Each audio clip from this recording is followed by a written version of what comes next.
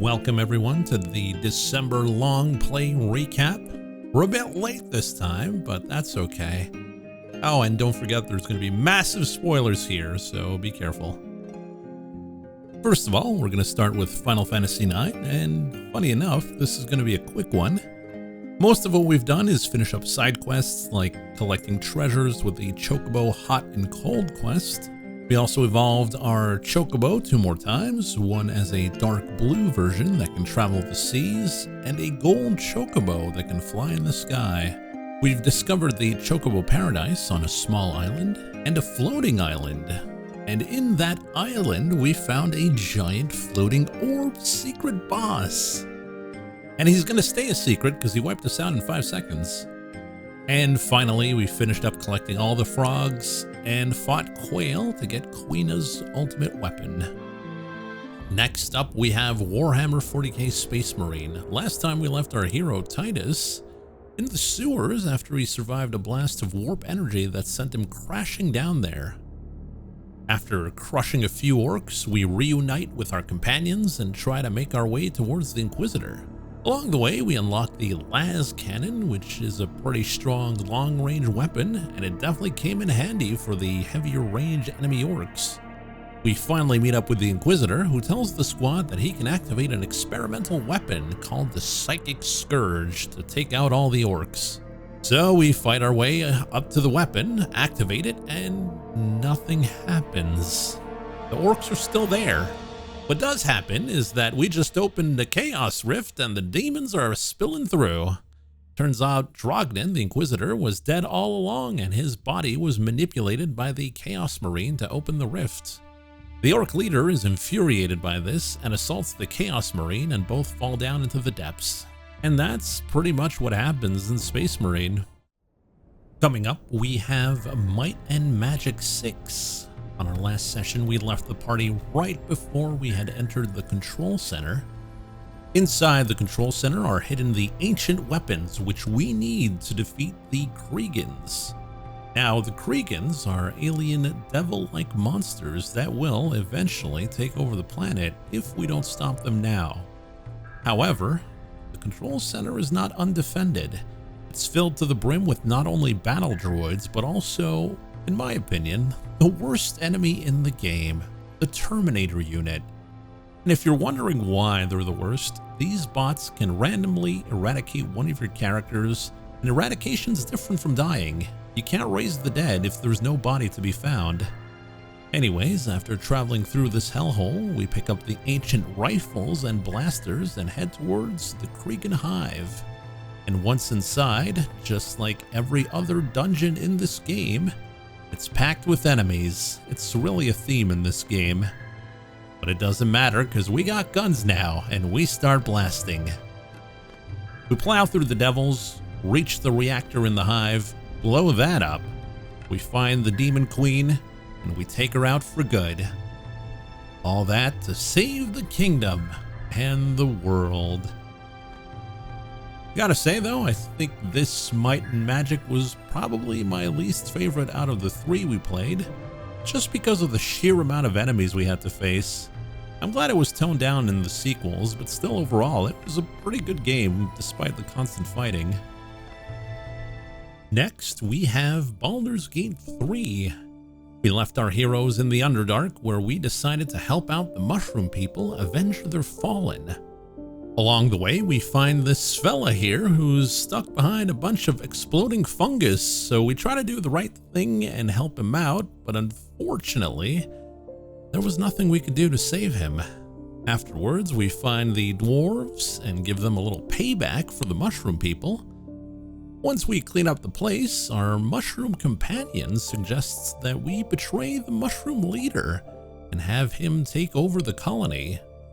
Since we have nothing better to do, we choose to help him out. But unfortunately, due to some magic, we aggroed the whole area, even our mushroom friends, so we had to take them all out. A very sad moment for the Underdark. For a change of pace, we go topside. We visit a small island where we found a note about the head druid's betrayal to the shadow druids, and we confront her at the druid's grove. Suddenly, the shadow druids show up, but we managed to convince Kaga fight the Shadow Druids, and regain her honor. After that, we head towards the Goblin camp to try to stop them from harming the refugees and the Druids. On the way, Shadowheart shows up with her artifact that stops the bad voices from influencing us, and graciously donates it to us. In the Goblin camp, we find a little owlbear cub being abused, so we turn it against the goblins, but they actually kill it. So we decide to clear the camp in vengeance. Up next, we have Ace Attorney. Last time we left our plucky attorney, he had just called the bellboy as a witness to the stand. Once we cross-examine him, we learn that Miss May, who was one of the witnesses, was not alone in her hotel room on the day of the crime. After a bit of detective work, we find out who was the man who was with May. It was Red White, the CEO of Blue Corp, an information gathering company. Once we interrogate him about his involvement in the case, he calls up the chief prosecutor and tells him that he actually saw the murder, and it was Phoenix Wright, our protagonist, who was the true murderer. So our hero gets sent to jail, and we need to defend him in the upcoming trial. Once Red White takes the stand, we cross-examine his story and find key information that he could only know if he was in the room where the murder happened. After a few more questions, Maya, our assistant, gives Phoenix a list of all the names Blue Corp blackmailed for money, which Phoenix reads out to the court, which makes Mr. White panic, and he decides to confess to the murder. And that's all we have for Phoenix Wright for this month. Now we'll turn to Arcana. We left the party in the Crimson Valley, where we were looking for a sage. As we're going through it, we get stopped by this fiery boy, and after slapping him around, he joins us as the fire spirit. Darwin leaves the party, but we keep pressing on through the woods and find the sage. He explains to us that only the card master with the 4 elemental spirits and the 3 sacred treasures can defeat Rimsala, the evil empress. While we were yapping away, Alan shows up, kidnaps our companion Sarah, and we chase after him into the ice mine. In the ice mine, we find another of our companions, Axe, who was sealed in stone. After saving him, he joins us. Near the end of the mine, we encounter the Hydra, and once we defeat that, we get the Water Spirit, and that's the 3rd spirit out of 4 that we need to defeat Rimsala. We eventually reach Sarah, save her from Alan, and that starts the 4th chapter of the game. And that's where we stopped our session of Arcana. Following that, we have Snatcher. Now, since this is a pretty story-heavy game, we're just going to brush through the plot points real quick. Our protagonist, Gillian Seed, is looking for the hospital where they treat and heal Snatchers, and the Snatchers are robot doppelgangers that kill humans and take their place in society, and our job is to stop them. After following a few wrong leads, we eventually find the right one. It's the abandoned Queen's Hospital. We're joined by Random, the bounty hunter, and we explore the area. We find out that there's a secret underground hospital inside the abandoned hospital. Inside, we find several bodies.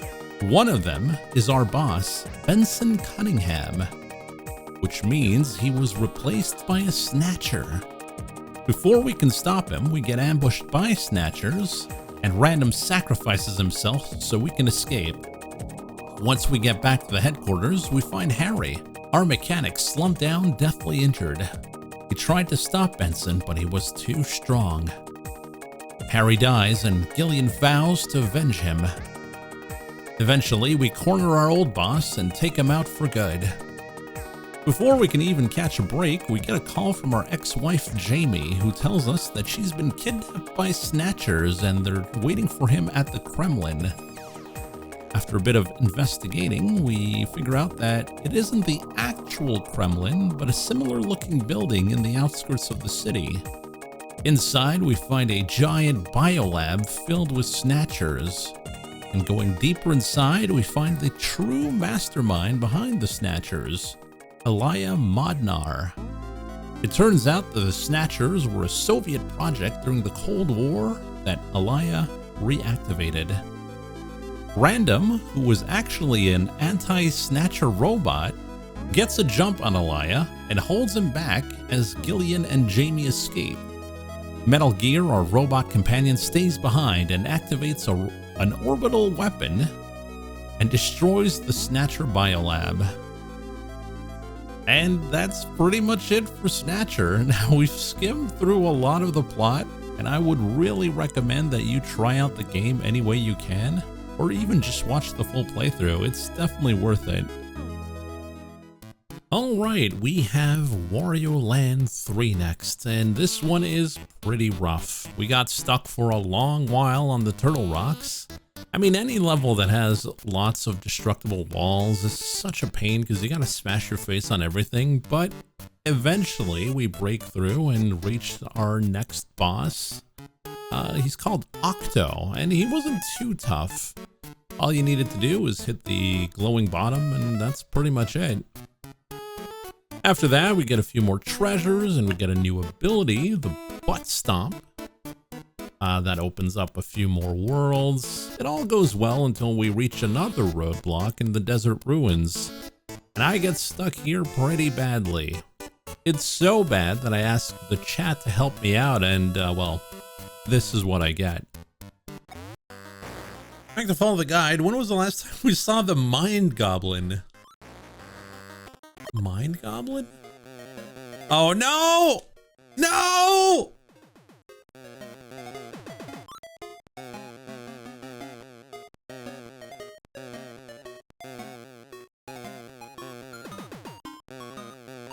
God damn it. I realized it at the last second.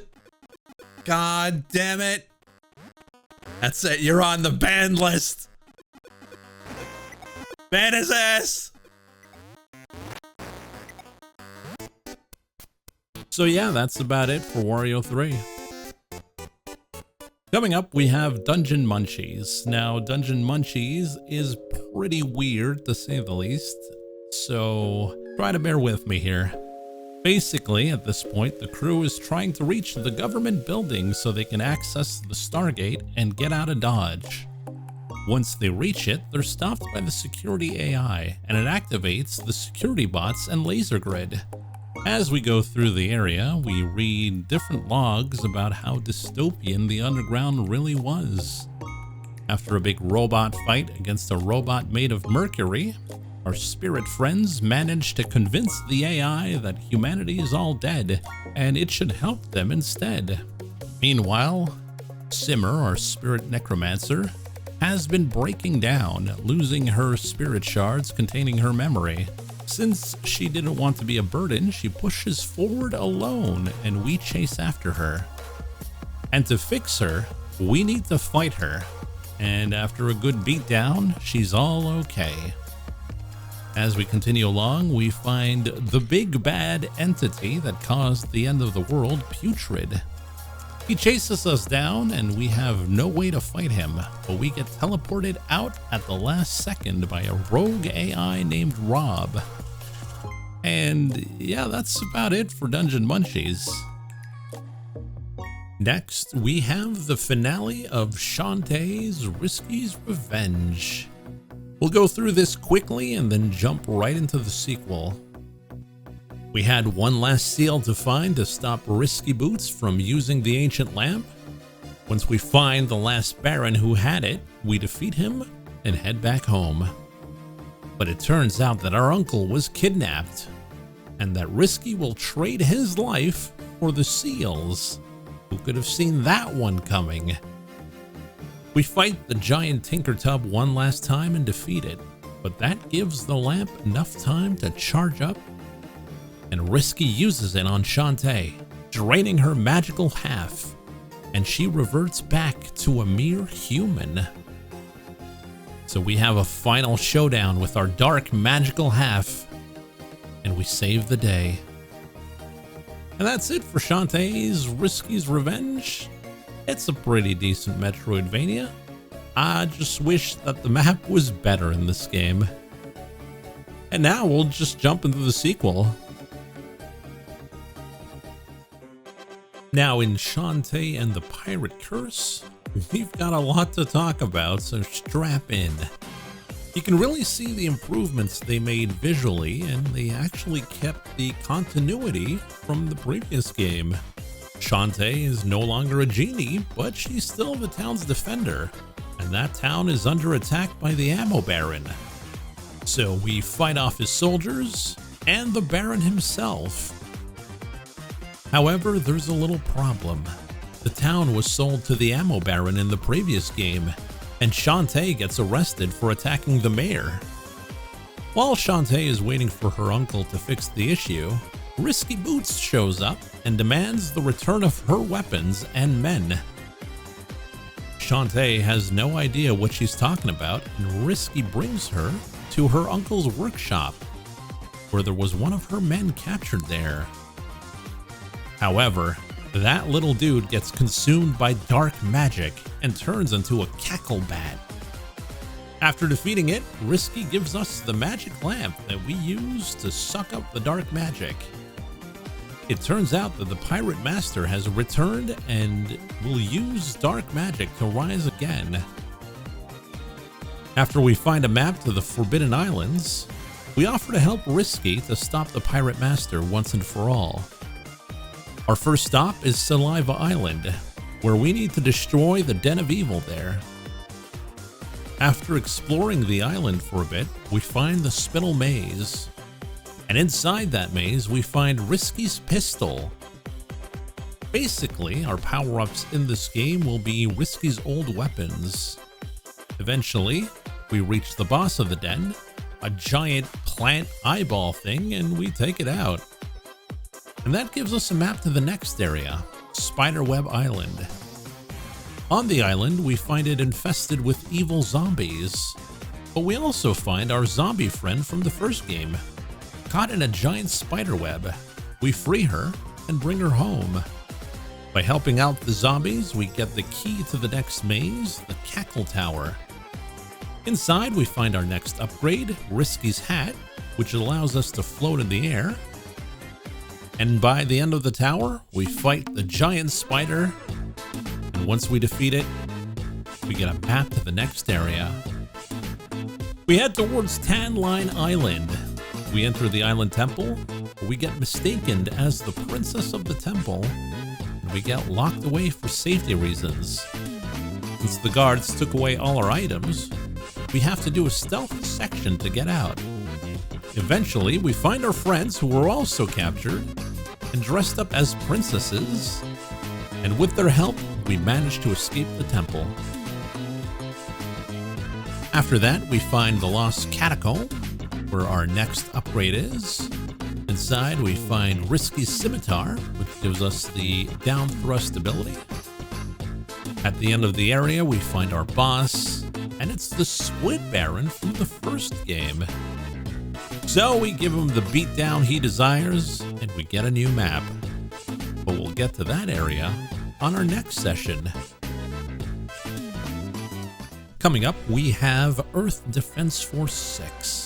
In this timeline, the EDF is actually winning the fight against the Primers, and the world is thriving with futuristic technology. As we're clearing out the alien remnants, we find out that the monsters that we've been fighting are actually from Earth, but from a far distant future Earth, a world where humanity no longer exists. But there is one question that still remains. Why do the Primers want to exterminate the human population at this very moment? If they can time travel, why here and now? But before we can get an answer to that, the space ring appears, and it sends its ships back in time once again to rewrite history, and we can't do anything to stop it. So the battle with the Primers isn't done yet. They rewrite history and the world falls to ruin. And our job right now is to find a way to go back in time again for another cycle and try to make things right. We got a new enemy type this time. They're called the Kraken. They're like little floaty squid monsters with shields. And they're pretty annoying to fight since you're going to need some long-range weaponry to hit them. Eventually, we find the ring in the ruined future, and we attack its core to start the time travel mechanism once again. Once we trigger it, we start another time loop. This time, it's called Earth Defense Force 9. And since this game is a direct sequel to 5, there's going to be a lot of references to it from here on out. We get sent back in time, all the way back to the first mission in EDF 5. They even make you do the movement and camera controls tutorial as if you've never played the game, so that's pretty neat. Now in this mission, the base gets attacked by monsters and we spent most of the time escaping. Our supervisor would get eaten by the giant ants and then we would get saved by the soldiers. But now it's different. We save our supervisor with our own weapons, and just by doing this, it changes the timeline tremendously. We lead the soldiers deeper into the base to find the giant robot crane Barga. And remember that supervisor we saved? He's the only guy who has the codes for the lift. So we leave him here and head outside, where the base is under heavy attack by the primers. They're dropping ants and teleportation pillars. In the old timeline, at one point the base gets overwhelmed by pillars and the EDF has to abandon it. But not this time. With the help of the Barga, we crush the pillars and save the base from annihilation. And that'll be a crucial moment in this timeline. Next, we have Rule of Rose. Last time we played, we had a mission to collect a butterfly, so we head towards the collection box to finish the mission. And as a reward, we get a rat to the face. And so the month ends and we get another mission. We gotta find Sir Peter the Rabbit. So we search high and low throughout the airship until we find some imps hitting a bloody bag. As we approach it, we get to see our first boss of the game, the Headmaster. I gotta say though, the combat in this game, and there's a lot of it, kinda blows. The enemy hitboxes are huge, and we are slow as molasses. Eventually, we take him down, pick up the bloody bag, and we bring Peter back to the club. As a reward, we get promoted, and we get to shove a dead rat onto Amanda. And so the month ends, and we get a new mission, the Bird of Happiness. So with the help of Brown, the dog, we run around throughout the ship looking for a red bird. After a few clues, we find the bird dead. And in the end, after finding it, we get nothing. However, Jennifer does remember a part of her promise that she made as a child. The word everlasting. And so ends this month, and we start a new chapter, The Goat Sisters. In this chapter, we're trying to restore a love letter that's been ripped in half. Diana was the one who did it, but Jennifer is the one who needs to find the missing parts. So we run through the ship trying to avoid the goat monsters. We eventually find the part hidden in a clock with a dead goat inside. But there is a problem. Meg, who was looking for the letter, thinks that Jennifer was the one who destroyed it, and she gets sentenced into the onion bag as a punishment.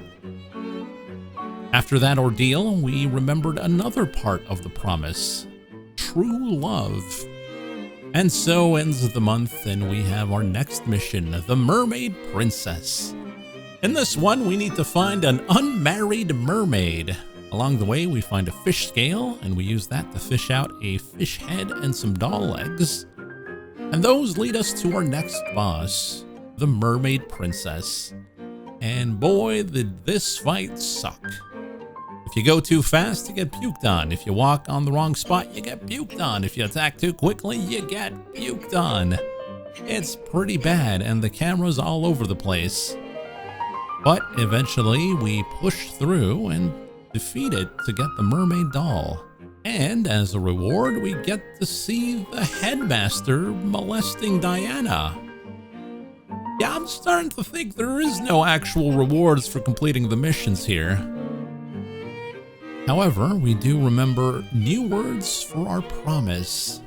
The words, I am yours. And so the month ends and we get a new chapter, the gingerbread house. We're not in the airship this time. Jennifer wakes up in a garden of roses with a weird man named Gregory watching over her. As we explore the area, we find a house, and as we go through it, we see different flashbacks. It seems like this place is not unfamiliar to Jennifer. Eventually, we reach the basement where we get locked into a child's room. Soon after, Wendy shows up and unlocks the door so we can escape. They meet up in the garden and trade gifts. A teddy bear for a brooch. And they make a pact together. Everlasting, true love, I am yours. And that ends the month, and we get to a new chapter. The Rag Princess Sews. In this one, we need to find the teddy bear Joshua. But we'll keep that one for our next session. Coming up, we have Yakuza 5. Now, this is the chapter where all our protagonists will meet up together in Kamurocho. First, we have Kiryu, who, after a little while, noticed that he was getting tailed by someone. So he confronts him in an alley, and it turns out it was Baba, Saijima's friend. Kiryu deals with him by giving him a good beatdown. After that, Baba spills the beans about a plot to assassinate the Tojo clan leaders, and also Kiryu and Saijima, and have the Omi Alliance take it over.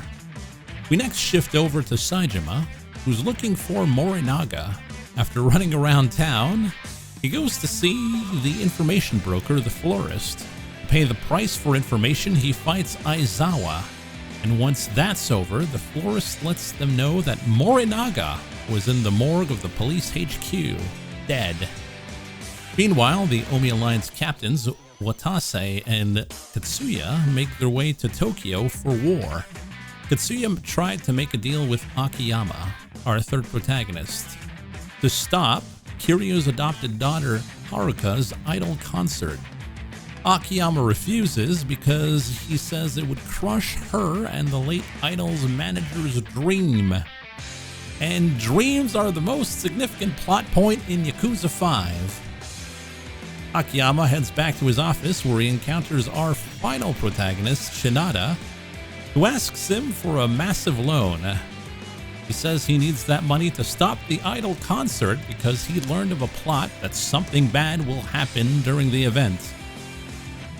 We then shift over to Kiryu and Saijima, and they meet up with Katsuya, who then reveals his brilliant plan of luring out the man pulling the strings. And it's by beating the crap out of each other on the rooftop. And since they all share one brain cell, they go with that plan. After beating up everyone, the plan actually worked, and the mastermind shows up and shoots everyone. It was actually the police detective. But wait a minute, he wasn't really a detective. He was actually the 7th chairman of the Omi Alliance. Before he can fire the killing blow, Daigo shows up to stop him. But he also gets shot, and he accomplishes nothing. The bad guys escape, and the team reunites in the bar for a new plan to stop the Omi Alliance leader from ruining all the dreams. And finally, our last game recap, we have Super Paper Mario. We make our way to the 4th door leading to a pure heart, and we start Chapter 4-1 called Into Outer Space. It turns out that there's no air in space, and we can't progress until we find a way to deal with that. We go back to town, and we look around, and we find a kid with a fishbowl. So we trade for it, and then we head to space. In space, we find a hidden spaceship, and inside we find an alien creature called Squirps.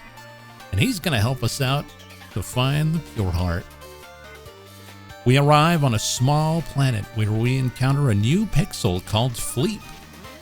His ability is to flip elements in the background, and that helps us find the key to get off this planet. As we get near the Pure Heart, we run into our next opponent, Mr. L, who looks strangely familiar. He summons his Brobot, and we fight him in space. After a lengthy fight, we defeat him, and then we collect the Pure Heart, and that completes the chapter. We go back to Flipside and explore the town a bit more. We stumble upon a mirror door, and once we solve the puzzle, it shatters, and that opens a doorway towards Flopside. It's kind of like a bizarro reverse Flipside. In it, we find the pillar for the Pure Heart, and that opens the door for the next chapter. But that'll be it for this session of Super Paper Mario. And on that, that's it. That's all the long plays recapped. I hope you guys enjoyed it. And if you missed any of the recaps, they should be linked right here. Or you can check out the playlist. And yeah, we'll see you next time. Thanks for watching.